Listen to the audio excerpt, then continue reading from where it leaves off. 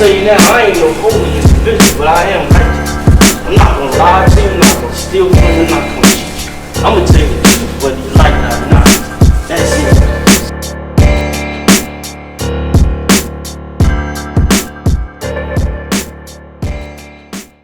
Flu, what's good, my digger? Hey, man. How you doing, man? What's going on? All right. Yeah. We got you on. What's good? You ready? How you doing, man? No, I appreciate you reaching out, man. Like all the way over here in Australia, man. That's crazy, man. It's beautiful. Yeah, man. Yeah. Strictly for my diggers, and you were definitely a digger, beat digger. You know. It's funny though. I always thought that you were from like, I guess, according to some just the people that you work with, I thought you were from like Rochester, New York, upstate New York. Yeah. No, a few people thought that. And then when we've linked up to do projects and we've done, video calls, all of a sudden I appear and I start talking like this, and they're like, "What the fuck? Are you English?" Like they always think English first, Right. But nah, man, down in Melbourne City, Australia. So yeah, that's weird when you told me that, because I was like, oh, he's probably in Rochester or whatever. Yeah. I know you've done work with Riggs, Chuck Can, there's a whole host of others, Ito, Apple. You know what I'm saying? So yes. So now that we got where you from out the way, when did you start making beats? When did this whole beat making thing happen? Well, funny enough, man, I've actually got a bit of history in the Australian hip hop scene. Before the beats, I was actually MCing for like about 10 years, man, like touring, doing vinyl, the whole bit. And then one day I was just like, instead of having to pay the money all the time for producers, I should just learn how to do it myself. And I grew up watching proper diggers, vinyl diggers, following them to the vinyl stores, watching how they did their thing. And I just fell in love with that whole process, man, that whole, hunting for that dope vinyl. So all of a sudden I just got myself a secondhand sampler off my homie, and then started hitting the local record stores, man, and just started falling in love with that, the search, the hunt for the samples. And I used to do the blind digging, man. A lot of the places I went to down here, they didn't have the record player where you can check it first, and see if there's fire on there. So I used to just fork out a lot of money, man, and then come home and, 80% of it would be trash. But then I started learning how to look for certain things on records. And from there, I just started taking it real serious. So that was around probably 2015, 2014. So still kind of relatively new, I'd say, almost, when you put it that way, Okay, yeah. And if you someone who's been doing it for such a short amount of time, you've made a lot of waves. I've seen your name around a lot, No, I appreciate it, man. Yeah, I mean, a lot of that is thanks to Ito, man. So shout outs to Ito, who I played him some stuff, and he believed in it straight away. And we were like, let's do an EP. And then bang, we did that, and then all of a sudden he did one with Muggs straight after that. So I was kind of like, oh shit, maybe Muggs has heard my stuff, Right. So that was pretty cool. So definitely shouts to Ito though. He was like my foray into, I guess, the States, you know what I mean? So down here people knew, but over there no one knew. And then that EP did really well. Shout outs to Tough Kong Records for putting that out, and from there, man, it's just been a blessing, man. I definitely can't complain. I'm very humbled by it all, man. So yeah. Right. So let me ask you a question. Is producing? Do you do that full time? Nah, man. Look, I wish, man. That would be the dream. That's what I'm aiming. That's what I strive to do. I do believe it can be attainable one day. But nah, man, look, I got 3 kids, a wife, so unfortunately the beats, they don't, supply that amount of income yet. So always trying to stay positive though. And, I believe in the whole, manifesting thing. So I've been doing the whole positive thinking thing, and I'm working on it, man. We'll see what happens. So like someone like a producer like yourself, how does one make money? How do you get paid? Like, do you give these beats to these artists for free and just hope your name spreads, or how does that happen? So, a lot of people like to keep all this industry stuff a secret. I'll be straight up with you, man. I'll tell you everything. At the start, I hit up Ito, but at the same time, I was such a big fan. I said to the guy, I'm like, look, man, I want to pay you for your talents to be on my thing because you're giving me a chance, an unknown dude from Australia, you know? So, you know, I paid some money to get some verses and songs off him, and that was cool. We actually became homies, though, by talking back and forward. So it was an organic thing in the end, right? And then we did the splits on the, what do you call it, on the streaming, right? And then with the record sales with Tough Kong, then I recouped back with the sales on the vinyl. From there, because it did so well, it was all cool from there. So to make money now, it's the streaming and it's selling beats. So you can always do your side hustle where you're selling beats direct to people. You offer them the exclusives. I don't do any of that leasing thing. That, to me, that's weird. I'm not part of that whole thing. But you know, you sell them the exclusives, give them the stems, let the engineer do their thing. So that's how you can make a little bit of money. And also, obviously, shout outs to record labels like Tough Kong, Fuck Rap, Respect Do Records out of Jersey. Like, they've all messed with me too. So you can make money on the physicals too. And so that's how you do it. That's how you recoup and make a little bit of profit. Right. For me, anyway. Right, but it's not enough to quit your job and do it full time. Not yet, man. No, I'd be out. Wife would kick me out on the street if I came home one day and went, you know what, babe, I'm just gonna make beats. I'll be back. Like, yeah, that wouldn't play in my house just yet. Right. You know. So let's go into some beat science, like, you know. Yeah, man. Now, when it comes to like drums, are you sampling drums off of vinyl? Where are you getting your drums from, if you don't mind me asking? Yeah, man. So pretty much vinyl, man. Like, I'm one of those, like, believe it or not, like I'm in my mid-30s now. So like I said, I came up, it was vinyl, like crate digging. So I sort of amassed a huge collection of drums when I first started, to the point where I've almost got enough to go forever because I tweak them. You can chop them in a million ways. You know, you can layer them. You can do all kinds of stuff to freak your breaks where it doesn't have to sound, if someone uses the same break, mine might still sound completely different. You can do so many things with drums. So everything's strictly vinyl. Lately, though, because of lockdown and stuff like that, sometimes you got to find your samples elsewhere. But drum wise, I've got enough. I've got enough to find, you know, drums forever. Even to this day, I'll put a record on. There's a quick little drum roll. I'll always make sure I grab that, even if the whole album's trash.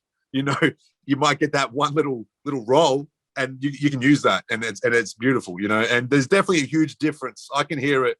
Not to sound like, you know, a sonic nerd or whatever, but I can definitely hear the difference when in the final product. You know what I mean? So, but at the same time, man, I'm not a snob. You know, dig. You know, sample what you can sample, man. Not everyone has the you know, option to go vinyl. It's expensive. It can build up your bills. You know, so you know, some people are like against sampling off the internet. I think a lot of people be doing that now, and I've done it myself too. So you do what you can, man, to make fire. You know, that whole classic, like, who cares what you use or what you sample? If it's fire, it's fire. You know. Right. So I'm a dollar crate digger. I dig for the dollar crate. Yeah. Dollar crate. Yeah. Whatever. But yeah, like you were saying before, because you know, I've gotten so much records, I don't have room anymore. So I've started digging online. You know, find the records and things like that. So now when it comes to drums, are you quantizing? Do you bang out drums, or are you just finding loops? Nah, see, I don't really do the quantize thing, man. Funny enough. For me, I like it to sound a little bit human. I like the human error. Do you know what I mean? Like, I like it a little bit off. Like, I like the human swing. So I rarely quantize personally. I don't mind it having a little bit of I guess you'd call what would you call it? Like a swing that might sound a little bit out here and there every 4 bars. I like it. Like, to me, that's like that human-esque of it. Like, so yeah, I'm not really big on the quantizing, but that's only for me. Like, it hasn't worked for me. I haven't liked when I have quantized drums, heard the beat, and I'm like, it's a bit too, like, you know, a bit rigid or whatever. I like it to sort of have a little bit of like a swing and a flow. Yeah. Right. So you turn the quantization off and just go. That off all the time, man. I rarely use it. Very rarely. Very rarely. Right. So like the BPMs, what is your range in the BPMs when you could tell I'm a beat maker because I'm asking you beat maker questions. You know what I mean? Yeah, man. This is a good interview. I like this interview, man, because yeah, I can definitely tell. BPM lately, funny enough, I never thought I'd be sitting in this part for so long, but lately it's been like mid 70s to like early 80s. Do you know what I mean? When I first started, it was those mid 80s, 90 BPM classic, I guess, boom bap tempos. And then the records I was buying, you know, a lot of prog rock stuff, trying to find different weird random shit from Czechoslovakia or whatever, right? I found that when I was sampling them, I don't really use time stretch either. I do the whole pitch and down, pitch and up thing, right? So I found a lot of them were starting to sit really nice in those low mid 70s, low 80s. So I'd be sitting there a lot. A lot of the Edo stuff, the rig stuff was around there, you know, 81 to 75 to about 81. And it just happens, it's not on purpose. It just happens to be, to me, that's just like, oh yeah, that's where it hits. And it just, to me, that's like the God tempo right now, man. I'm loving that tempo, you know? So what about yourself, man? What do you prefer? Yeah, well, I'm the same way. Before it used to be like 95 or yeah, whatever, yeah. I'm like you now. It's like I've been sticking like in the 80s, 83, maybe 89, sometimes like 75, you know, things like that. Because I just like the steady. I like hearing MCs rhyme the steady flow. I don't like them trying to catch the beat. So like they rhyme the beat. You know what I'm saying? And things like that. Yeah, 100%. So do you start with drums first, or do you go for the sample first?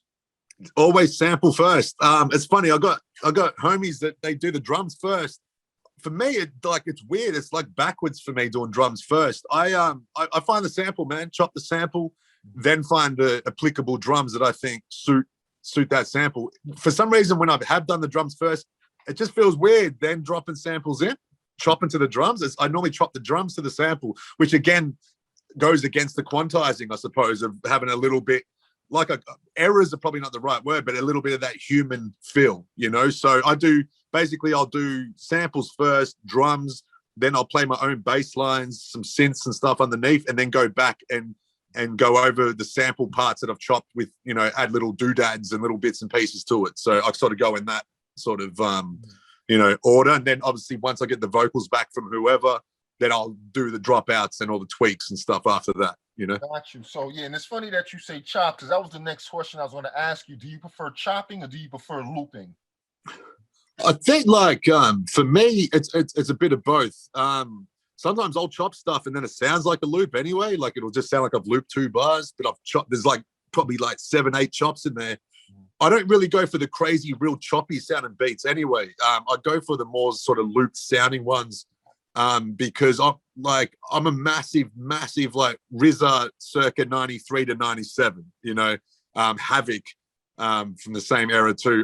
That was to me the pinnacle of crazy, you know, dope beats. Premier, obviously a legend too, but I more gravitated to that RZA, early RZA 90s Mob Deep Havoc sort of style, and the way they did their loops and added their little chops on top of the loops. Do you know what I mean? As opposed to Primo, who puts a bunch of chops together to do his crazy shit. I was more like, I like the darker sort of looped with the stuff put on top, if that makes sense. Right, you know? Right. So what is your weapon of choice? I didn't get a chance to ask you that. What are you using? I believe it or not, you know the Machine? Yes. Yeah, so I still rock the Machine 1, man. The very first one that came out like probably 10 years ago, the MK1. They've done all these crazy new things with colors, beeps, and lights. I don't need none of that, man. I'm happy with just the one old one. That and a cheap $200 keyboard, man. And you know what? That's me sorted. For me, less is more with the studio stuff. Like, I don't need a bunch of stuff. I like to keep it simple. I like to know what my workflow is. I don't want to be held up by having to do all this crazy stuff. So I'm on that. And that was, but I grew up with MPC users. They know all the MPC 2000s, even with the external zip drives, the whole bit. So I grew up on seeing people working pads. So I fell in love with that part of it. And I found for Machine, it gave you the software on the screen, which is handy, but it also gave you that feel of like the 16 pads. You know, I can still fuck around with the pads and not even look at the computer when I'm in that zone. So yeah, for me, it's the old Machine. Like, I wouldn't even know how to use any of these new updates they've got, you know?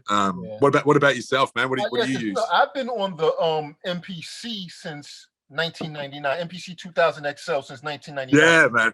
Now, yeah. Recently, I would say maybe we're going like maybe 6-7 months ago, I switched over to the MPC Studio. You know what I mean? Yeah. And okay. I've been hanging out with that, but before it was the MPC, and I had an MPC 2000 XL, and I had a 4th Tech 16-track track board. Yeah, got you. Yeah.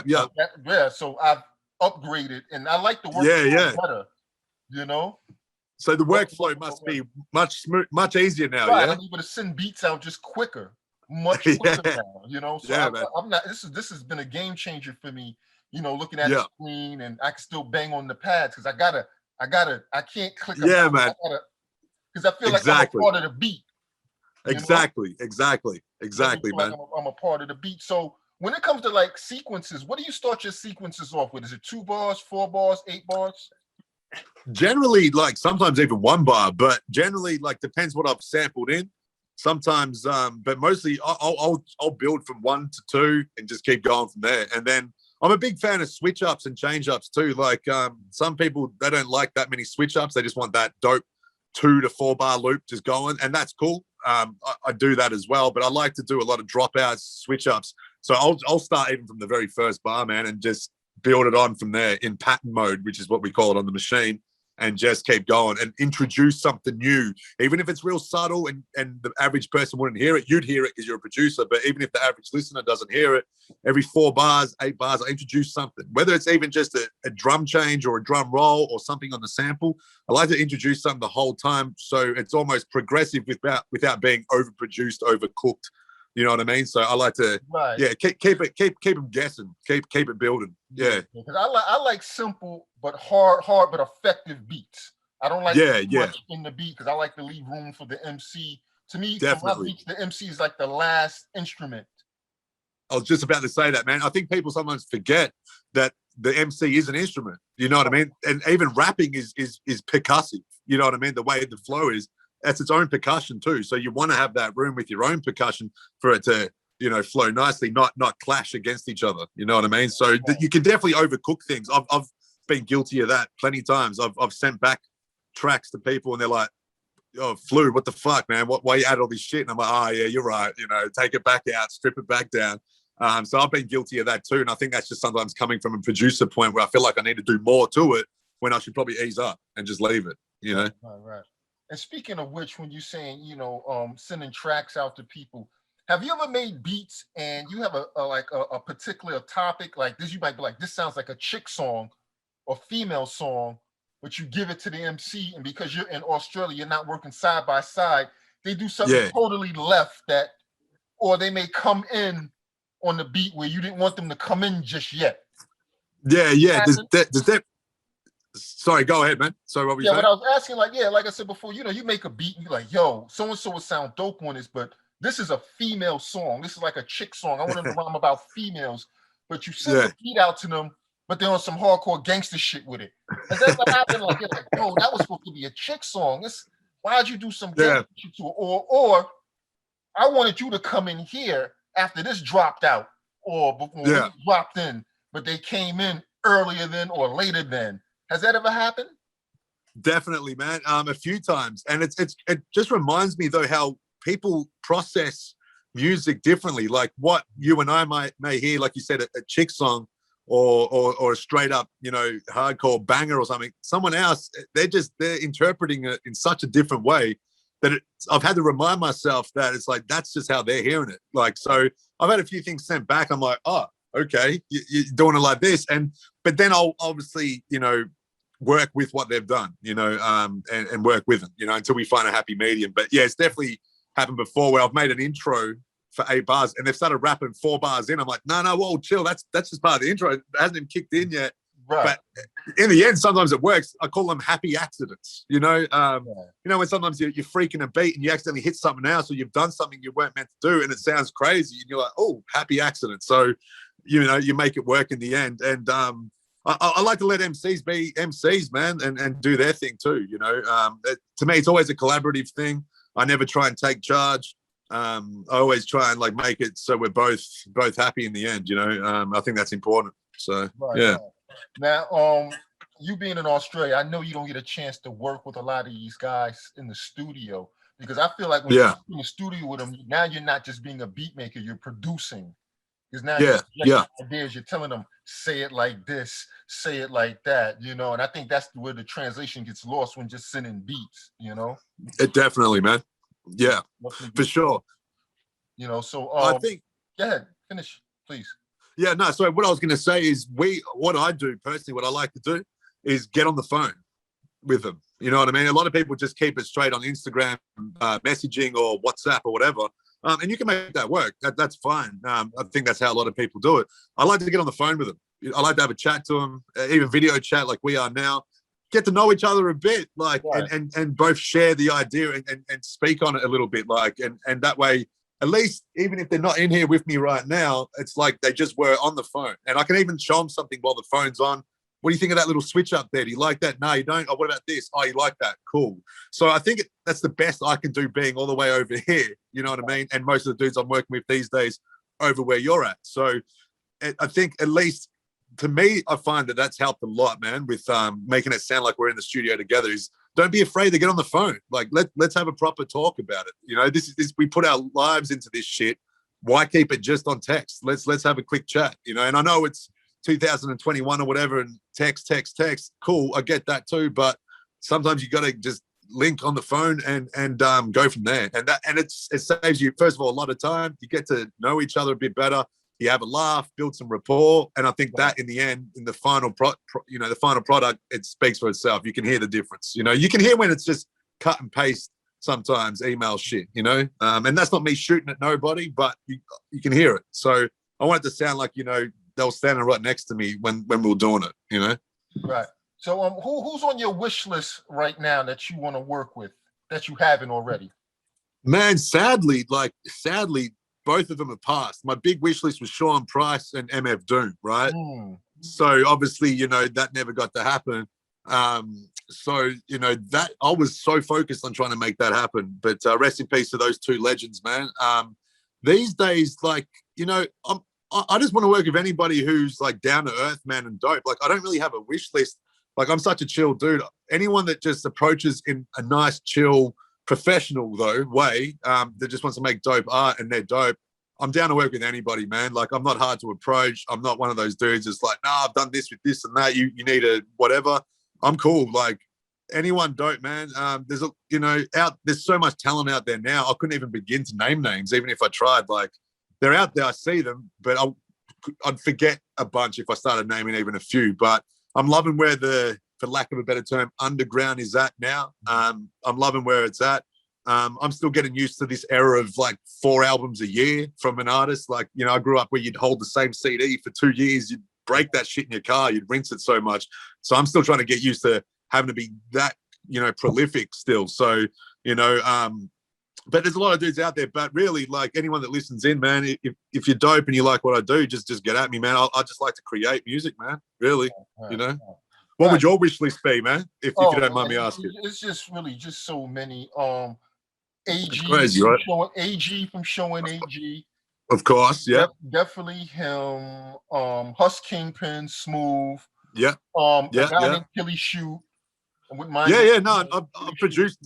I've Killy's laced a few of my beats, man. You should get at him, man. He's a good dude, man. Yeah, Killy's a good dude. That whole home team, man, they're all really good dudes. Yeah, man. yeah. Because really I just interviewed a few of them too. Najee Jordan. Yeah, OJ. I got Tone Beats next week. Yeah, I'll be talking to him. Oh, that's dope. Right. This platform is for us. That's what it's called, strictly for my diggers. Because what I feel is a lot of times as beat makers, we get the short end of the stick, and we don't get celebrated like we're supposed to. A lot of times I've seen these artists take beats, make a whole album, and forget about the producer, leave them in the cold. Yeah.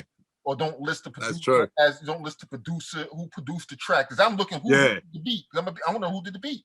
Yeah, me too, man. I'm the same. I'm the same. And a lot of times, you know, people need to be able to match a face to the name. So people need to know what Flu looks like. Who's Flu? Yeah. You know, so this platform is for us, and it's also for up and coming beat makers to hear me chop up game with people who are doing a little something more than what they're doing, so they can learn. Because this is all education for me as well. Definitely, man. I'm a beat maker, you know, and it's education for me as well. So that's why it's strictly for my diggers, you know? Yeah. And that's why, you know, that's why I've been asking you too, like, you know, what about yourself? You know, because to me, it's interesting. The whole thing's interesting, the whole production side of things, because everyone has such weird nuances and weird ways of doing things, you know? And so I love chopping it up with fellow, you know, producers, man, because it's like, oh, you do it that way? Like, I would have never even contemplated to do it that way. You know what I mean? So it's mind blowing to hear that stuff, you how know. do you feel about giving out stems? Because I know, sometimes some engineer can really mess up your beat if they don't know what they're doing or how you want it to sound. Because I was always taught that if you're not there for the mixing session, you really don't want that record. Has that ever happened where they messed up your sound, giving out the stems? Luckily for me, I pretty much say from the get-go, look, if you're going to work with me, I've got an engineer, a good friend of mine. I've known him for about 15 years. He lives out here in Australia. He's going to mix the album. He's going to mix it, and they've never complained, man. They're always like, damn, man, that post mixing, almost like its own form of production, it got their album sounding immaculate to the point where they're like, man, they're starting to hit up my guy now for the mixing of their own projects. So I've been lucky in that sense where I kind of draw the line from the start in a friendly way and just go, look, man, just so you know, my dude does the mixing, but you're gonna love it. So that's my dude, Phil Gector. Shouts to Phil Gector. So he does it all, and so far he did the Edo, the rigs, the crime apple stuff, the smooth joints, the general back pain. Shouts to home team. He's done all that. So I'm lucky. I haven't come across that yet. I've had some dudes go, I don't want to send out stems because they're going to steal my drums even, you know, and it started getting me thinking, oh shit, I never thought about that too. So there's definitely, you know, bits and pieces with feeling weird about it, but I'm lucky. I've got a go-to guy. Wow. Because like I said, me personally, I've always just, I'm raw. I'm a just raw beat maker. So, you know, a lot of times I make beats, I send out the wave and that's it. There's no stems, and a lot of people just take it as like I'm working with an artist named Mr. Ripley out of Jersey. I don't know if you heard of him, but I've heard the name. Yes, definitely. Yeah, Mr. Ripley. Working with him, we're on our second album or whatever, and he takes the beat as is and just rocks with it raw. Right. And then what? You just drop the vocals into the session and that's it. Well, he handles all. I just give him the beat. He handles all. Oh, okay. You know what I mean? I make the beats on here. You know, send it as a wave. He takes it and he just rocks with it. And I guess he mixes the vocals to the beat or whatever. I just make sure the drums knock. Now, especially if you have new equipment, the drums knock a little bit. I'm stacking drums more or whatever. Because, you know, this is underground hip hop. It's not supposed to be too polished and too shiny. Yeah. You know, and that's how I look at it. You know, so they get it raw, like off of, or like they're listening to it off a cassette tape. With the hiss and the vinyl, because you know you gotta realize we're digging through dusty records, man, from 19. I love the dust, man. I love the dust. And sometimes we're digging in some of the unusual places where we gotta wear face masks just to be messing with the record because we can get sick. You know, yeah, exactly, that type of digging. You know what I mean? When you're on the ground and you're like this. You know what I mean? You know, because you're doing whatever you got to do with that dusty, you know, that dusty record, and with the crunch and the crackle in it. You know, that's what I like. You know, so I know people that EQ the crackle out, and it's like, man, leave the crackle in, man. Leave that shit in. You know, like it's lo-fi hip hop. That's why I say the mixing part. I'm not too big on it like that because it's just lo-fi, man. It's just lo-fi, and it's earthy. I want you to feel it. Because I'm a feeling type of producer, man. I like, I'm not technical. You know, when you're too technical to me, that's when you start getting whacked because you're too focused on going too much. Digits. Right. Yeah. It's all about a feeling. You know? So let me ask you a question. Are you going to come out with your quote unquote Dr. Dre chronic type album where it's just all your production with a bunch of different MCs? Is that next? Look, it's definitely something I want to do in the future, man. But I believe in paying people for their work too. Like I can't just be like, oh, it blessed me with this, and then I go and press the vinyl with, you know, a label and that's it. So once I get some funds back up, because we're in lockdown at the moment here in Melbourne, man. So no one's working. You know, there's not much income coming through. But yeah, I want to do that. I definitely want to do that. I want to reach out to a lot of different people, people I've worked with already before that I haven't, a relationship with. And I think it'd be crazy to do it. Definitely do a production album, man. And there's so much talent at the moment, man. I'm loving the discovery. Like, that's why I always cringe. Like, even from Australia, I still cringe all the way over here when people like, hip hop's dead or whatever. It's like, man, it's never been dead. It never slowed down. People just weren't looking in the right spot. Right now, man, I think we're blessed. There's so much talent, man, to the point where it's made me lift my game anyway with dudes I'm dropping with. It's like, we need to stand out amongst this massive sea of talent. Yeah. We need to do something to make that splash, and you got to do something. And you know what's funny? Who I give credit to really bringing a lot of that talent to the forefront? This YouTube channel. This guy, I guess he's a guy named Paka, P-A-K-A, and Sun Tzu. Yeah. Oh, I know the dude from France or something. Learned so much. Yeah, I know the dude. Paka the Plug, right? Right. Yeah. No, he's uploaded some of my stuff. He's a good dude. I've spoken to him. He always asks for my he always asks if he can do it. I'm like, dude, do it, man. Like it's exposure. Like go nuts. That's how I learned about a lot of these guys. A lot of your stuff. There's a guy named Paka the Plug, Sun Tzu, and a guy named Calmly SMK. They're always posting albums, and it's like that's how I discover new people. And then you know, and it's just I'm always looking. Part of hip hop is always digging. You know, exactly, man. Hip hop is not always accessible. It's like back in the days in the 80s wasn't accessible. So it's back to that. Yeah. But you know, it's the PC age, right? If you're listening to whack hip hop, it's your own fault because it's the PC age now that you can go directly to what you want and find. You have to dig.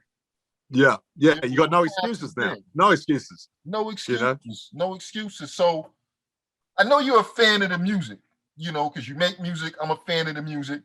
Who right now that's making beats? Who do you like? Man, it's gonna sound so cliche because he hasn't stopped doing it for 20 years, man. But I'm still am in awe of dudes like Alchemist. You know, the stuff he still comes out because he can do so many different styles, man. But I also got to shout outs to my good homies, man. Hobgoblin Beats, Farmer G. They're from England, the UK. They're my dudes. Like, big fan of them too. And I'm not just saying that because I speak to them a lot. I think they're like crazy talents. Man, there's so many. I like so many different styles. There's so many. It's hard. Like when you're on the spot, you know, it's hard to think of these names. But producer wise, man, there's so many dudes that like I just draw inspiration from or inspire me to do better. You know what I mean? Also, I also love the super strip stuff that Rock Marcy brought in back when Marsberg first dropped. You know, it seemed like there was a bit of a lull there.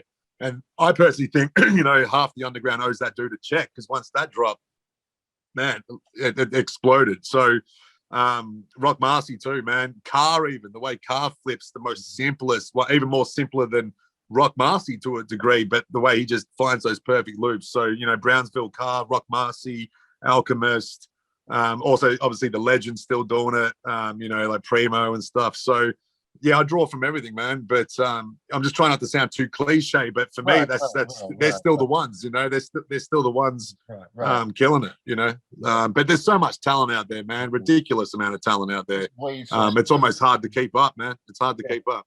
Yeah, it is because like I said, I'm loving J.R. Swift. Everybody that I reach out to on this platform, I'm a supporter of them. So you, J.R. Swift's, Clipto, Wavy the God, so many that I like, and those are Future Wave. I've got to mention Future Wave too. He's got some crazy shit. That dude. Future Wave. Yeah. I mean, it's just so many that I like or whatever, and all of those people, everybody that I invite on this platform, I'm a huge fan of theirs. I like their music. Yeah, and I rock with them. So that's why I appreciate you having me on, man. Like when you reached out. Yeah. I was like straight away. I was like, yeah, man. So definitely. Spanish Ran. What he's doing. Yeah.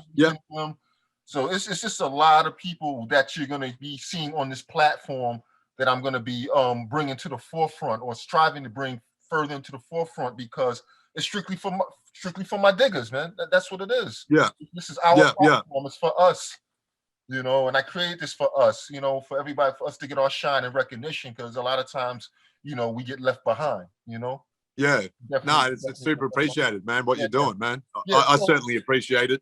Absolutely. So what's next? I mean, what project you got coming out next? Anything next? The next one is actually one of, you spoke about, Anaje and Killy Shoot, their homie General Back Pain, my homie Trey, man, from Inglewood, California. We did an album in 2019 with Tough Kong Records called Bovine 1. This is Bovine 2. So that's dropping next. From top to bottom? I know he put up Bovine, but you produced that from top to bottom? Yeah, that was top to bottom. Yeah, that was all me. So Bovine is basically him and me. So we've just wrapped up number 2. We just finished wrapping up some business talk with Tough Kong Records out in Italy. So they'll be putting that out. So that's the one that's next. So I'm excited about that, man. I think he's one of the most, underrated talents at the moment. He's got that real deep West Coast style, but he laces almost, again, not to use cliches, but almost on that New Yorkie style of MC in those. So it makes this beautiful balance, So I'm a huge fan of him, and we've become really close, good friends. I was just on the phone with him a couple of hours ago. We chop it up at least weekly. So that's another thing, to go back to what you said earlier about making stuff sound like it's a proper collab. Like, I've built friendships from this thing. I've built, we talk on the phone weekly, and then not just music. We talk about like our wives, our kids, our lives, what's going on over there, what's going on over here. And it's just a beautiful thing that this culture can do that, man, like from people from all over the world, man. I'm talking to you right now, It still blows my mind sometimes, man. I still trip out on it. I'm like, I'm just some dude in Australia right now, man. It's crazy. And that's the beauty of hip hop, man, and the strength of the whole movement and the culture, man. I'm just blessed to even just contribute to it, man. I'm blessed to even just be a guest in this thing and contribute my little albums here and there, man. So it's amazing to me, man. I love this shit. Now, you mentioned Tough Kong a couple of times. Now, how does that situation work when they want to put an album out? Do they give you contracts? Do they give you a budget? Or how does that work? Yeah. So there's definitely paperwork involved, contracts. Basically, I did the Edo, the Rigs, the first Bovine with them. I'm about to do a 4th one. So there's definitely contracts, varying degrees, different things depending. Obviously, in the end, there is the business aspect of this whole game. So there's contracts drawn to in different ways depending on the artist and what they think. They got to make their money, but they also put in their belief in you. So it's definitely all very professional. It's all signed on the dot lines and all done properly. I got mad love for them though, man, because for me they took a chance on me with the Edo EP out of nowhere. Like, I just hit them up out of nowhere. They loved the beats. They knew Edo. And from there, we built a relationship. He even came to Melbourne City, the guy that runs it, one time. And we met up in the city and partied, during that night. So it's been a beautiful thing. So there's definitely, that business aspect to it. But at the same time, you got to give props to the Copenhagen Crates, the Tough Kongs, the Fuck Raps, Respect Do Records, all them dudes, because even though it's a business, they still believe in the music. Like, they'll still hit you up and go, I love track blah, blah, blah. Or, yeah, track 4. Like, you can tell they listen to it. It's not just straight away like, who are you? How many followers you got? You know what I mean? It's not like that. You can tell they've listened to it because they'll quote back lyrics. They'll quote back a beat. So that shows that it's authentic. It's real. You know what I mean? So I'm always going to support them dudes and vice versa because they listen to it. It's not just a machine with them. They actually believe in this fucking thing we do. Excuse my French. So, they're passionate about that. So it's definitely labels like that are very important, I find, to even just global doing it. They're based out in Italy, but they speak perfect English, and they know good MCs. They know good producers. They know what's up, basically. So I'm gonna ask you something. This is a touchy topic. You don't have to answer this. Yeah. Do you clear samples? And if you don't, how do you avoid the sample clearances? You don't have to answer that. No, that's cool. No, man, I'm open book, my man. Look, I don't clear nothing, man. I don't clear shit. The stuff I sample, I spend the extra money on the vinyl because I'd be completely surprised if they could track down some of these fucking pieces, that I got. Like, if they're able to track down some of these records that I've searched for and found, they're fucking, they deserve to steal my money, man, because it's like, how'd you find that? Another thing I found is on Twitter, some people go, oh, my sample, my track didn't get uploaded on DistroKid or whatever because of that.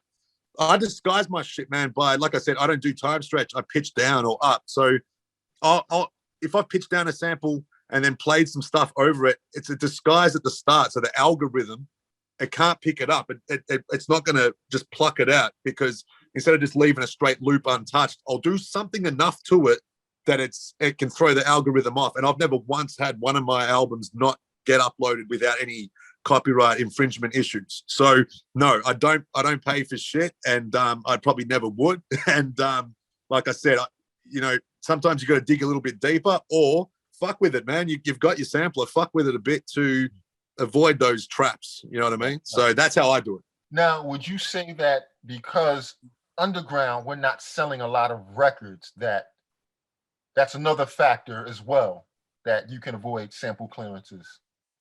Yeah, I think so. I mean, a lot of us independent people like yourself, me, and everyone else, like who's got that kind of bank to really go that far and do that. I think though I may not have reached a level yet where I might be working with bigger names where they may force you to do it in contractual obligations. I'm not sure. I'm not privy to that sort of thing, but I'm sure that probably might come in later on. But the funny thing, you mentioned Tough Kong before, you basically sign it and it says, do you own this shit? So that way, if anything did happen, they're not liable. So you do sort of feel a little bit like, when you sign that shit, because it's like you're basically saying nothing, no copyright shit's going to come back on you for putting this out. So you sort of do put your life on the line to a degree. But I think it's about just being clever with it, disguising it, digging in different areas, and going from there, man. So like I said, I'm yet to have that issue, knock on wood, so I'm yet to have anyone pull me up. So back to the Tough Kong situation. When you say contracts, now are these hard to read contracts that you have to get a lawyer for, or you can just read it and sign it and it's that simple? No, it's still very grassroots, man. It's still very just straight up like, this is what we're offering you. You still own the rights to all your stuff, but we're going to put it out on our label, the splits, the cuts, all that. It's very straight up, man. It's not like, you hear about these real dodgy 360 deals. That's all left for the majors, man. That's all major artists. They deal with that shit. These guys, like I said, they're authentic, grassroots. They just want to help you put dope shit out. This is the split. This is the contract. Boom. It's super simple. And, they're hip hop heads, man. They're hip hop heads. They're doing it for the right reasons. They're not doing it to like try and squeeze an extra, $50 out of an Edo record that I did. That's not what they're about. So no, it's all very above board, and they're good dudes, man. I chop it up with them a lot on the phone and stuff. So, I'd consider them, homies even. So I say anyone listening in, man, if you got dope product, get at them, man, because they're real good dudes, man. Real good dudes. So does the album have to be done already and before you deal with them, or is it, hey, we want you to do an album with Edo, here's the contracts, let's get this done? And do they give you an No, see, for me, it was finished already. Like, so I'd be like, hey, man, I did the Edo thing. That did well. So then all of a sudden I was like, well, Riggs, another dude from Rochester, shout outs to Riggs. And it's like their homies equally as dope. So here it is. And again, I actually come with the package. Like I'll be like, here's the artwork. We've got 3 videos. We've got this promo material. Like you got to sell yourself a little bit, don't just go, here's a SoundCloud link. Like here's a little bit of advice that I think helps. Hit up these labels with a full package, the videos, show them what your rollout is going to be, show them, videos that you've done, sell yourself, be like, you're going to give me this opportunity. Let me sell the product as well. You know what I mean? So I hit them with videos, everything ready to go in a Dropbox folder or WeTransfer, whatever. And I go, here it is. Let me know what you think. So I make sure everything's ready to go. And depending on what they think it can do, you either got guarantees or you got what they call distribution deals. So there's a bit of both, and that depends on what they feel at the time, and and then you go from there. Right. Yeah. Okay. So they will give you an advance. Depending on the album. So like, I mean, obviously I can't speak for them in that degree, but I've been blessed enough to be given, those kind of opportunities, advances and stuff. Some are different, some are distribution. So, they deal with I guess what you'd call project to project basis, really. These are one-off projects. Yeah. So you never signed like, well, I haven't. I, again, can't speak for anyone else. I've never signed like, we want 3 Flu produced records. You know what I mean? It's always been each thing was its own separate project, and then from there you try and reach out again if you think you got something that they'll like the next time. Wow, that's dope. All right, so before I let you get out of here, what advice would you give the up and coming beat makers who are trying to do the same thing? Man, again, like, see, I appreciate you reaching out so much that I don't want to just hit you with cliches, but some of these cliches that just ring true. Do you know what I mean? Like, too many people are like, they might hear the recent wave or whatever and go, I'm just going to emulate what, you know, so-and-so is doing, it's not going to work. You're just going to be a broke man's version of that dude who's already doing that. Like, I find your own lane, find what works for you, and keep the faith, man. Keep going. Like, it's not going to all happen straight away. It's not like straight away I was on Tough Kong, straight away Riggs, Ito, you know, whatever. That, you know, I worked on that shit. So my advice would be, do you, man. Like, make the sort of shit that you like listening to. Don't start making stuff that you wouldn't normally listen to, but you think that's going to get you some dudes to jump on your shit. Nah, make the shit that you like to listen to, and then when you find the dudes that are in the same you know, wavelength as you, meeting that same energy, then it's beautiful, man. It's beautiful. It becomes a beautiful piece of work together, you know? Right, definitely. Listen, I want to thank you for taking the time. I know, you know, the time difference was an actual factor or whatever, because it's like 12:40. It's past midnight. It's Saturday right now. You know, Yeah. it's Saturday where you're at too right now, correct?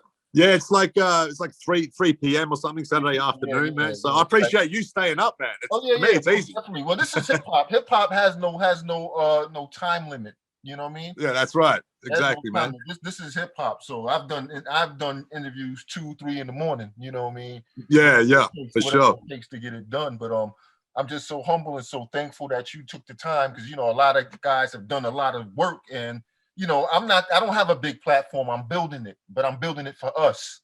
You know, yeah, man. You're one of like you're gonna be in season 1 of this. Yeah, no, I appreciate that, man.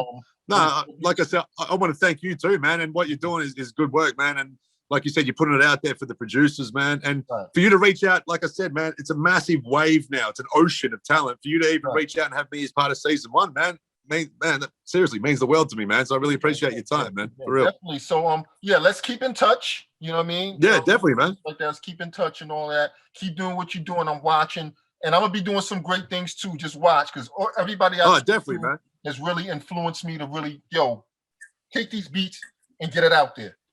Yeah, man. No, like, hit me up anytime, man. Anytime, man. Hit me up, man. My line's always open, man. 100%. Yeah, definitely. You know, follow me on Instagram. You know what I mean? I follow you. Follow me back or whatever when you can or whatever, and things like that. I should. I'm pretty sure I'm following you already. Pretty sure. You probably are. Yeah, let's keep this communication open. All right. Yeah, 100%, man. No, always reach out anytime, man. I really do appreciate you reaching out. All right. Salute to you. All right. My man. Much love. Laters, man.